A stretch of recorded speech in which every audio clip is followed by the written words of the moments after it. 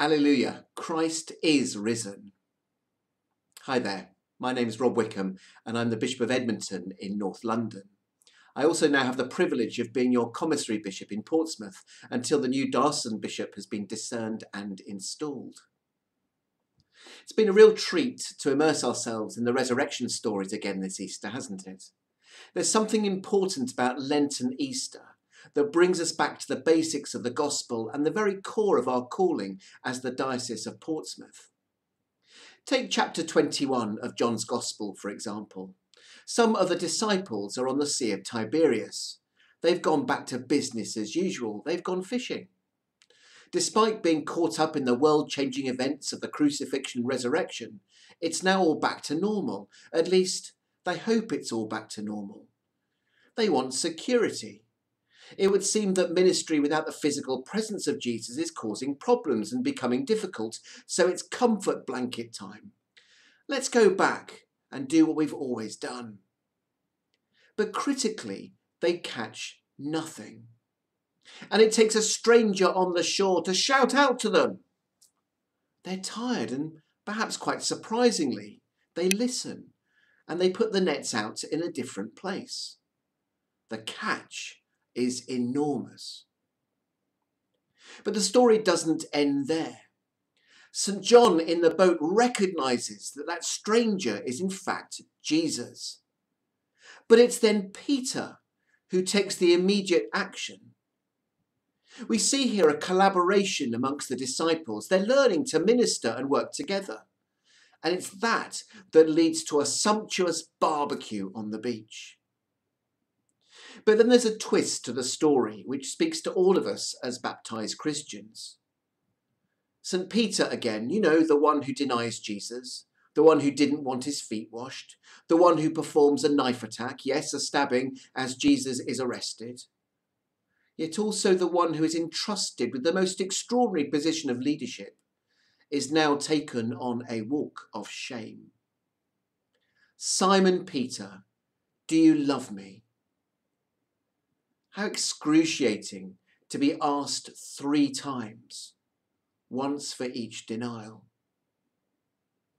But then Jesus utters the extraordinary words, feed my lambs, and then feed my sheep.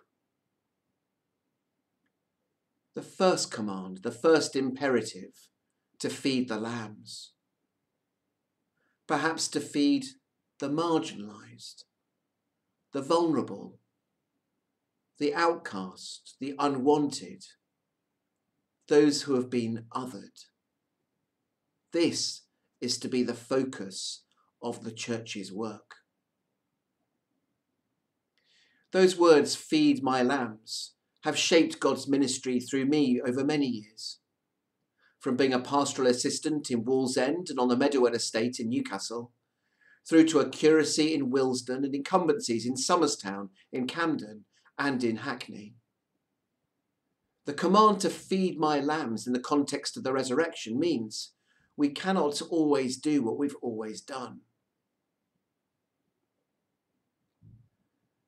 COVID-19 has been a significant disruptor.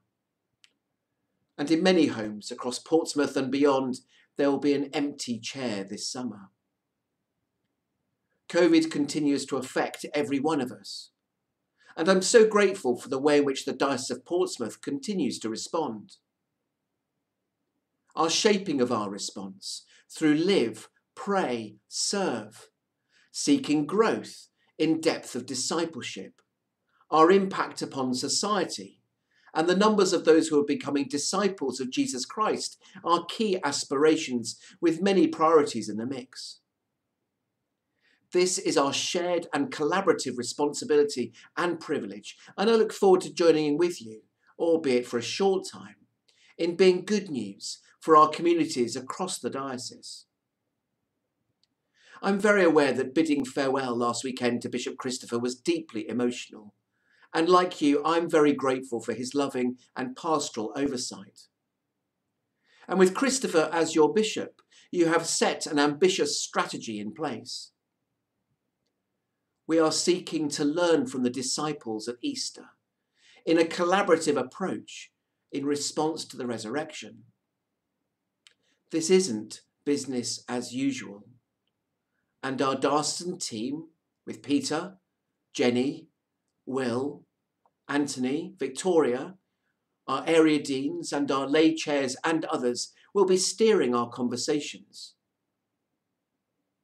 However, change can make us uneasy, and this, alongside living in love and faith, our response to the Archbishop's task force recommendations on racism, and a developing terrain on safeguarding, not to mention the appointment of a new diocesan bishop, all add to that sense of vulnerability, alongside the exciting new opportunities that they also represent. These times are certainly not business as usual, but times of living, praying, and serving, perhaps daring to cast the net in a different way as Jesus leads.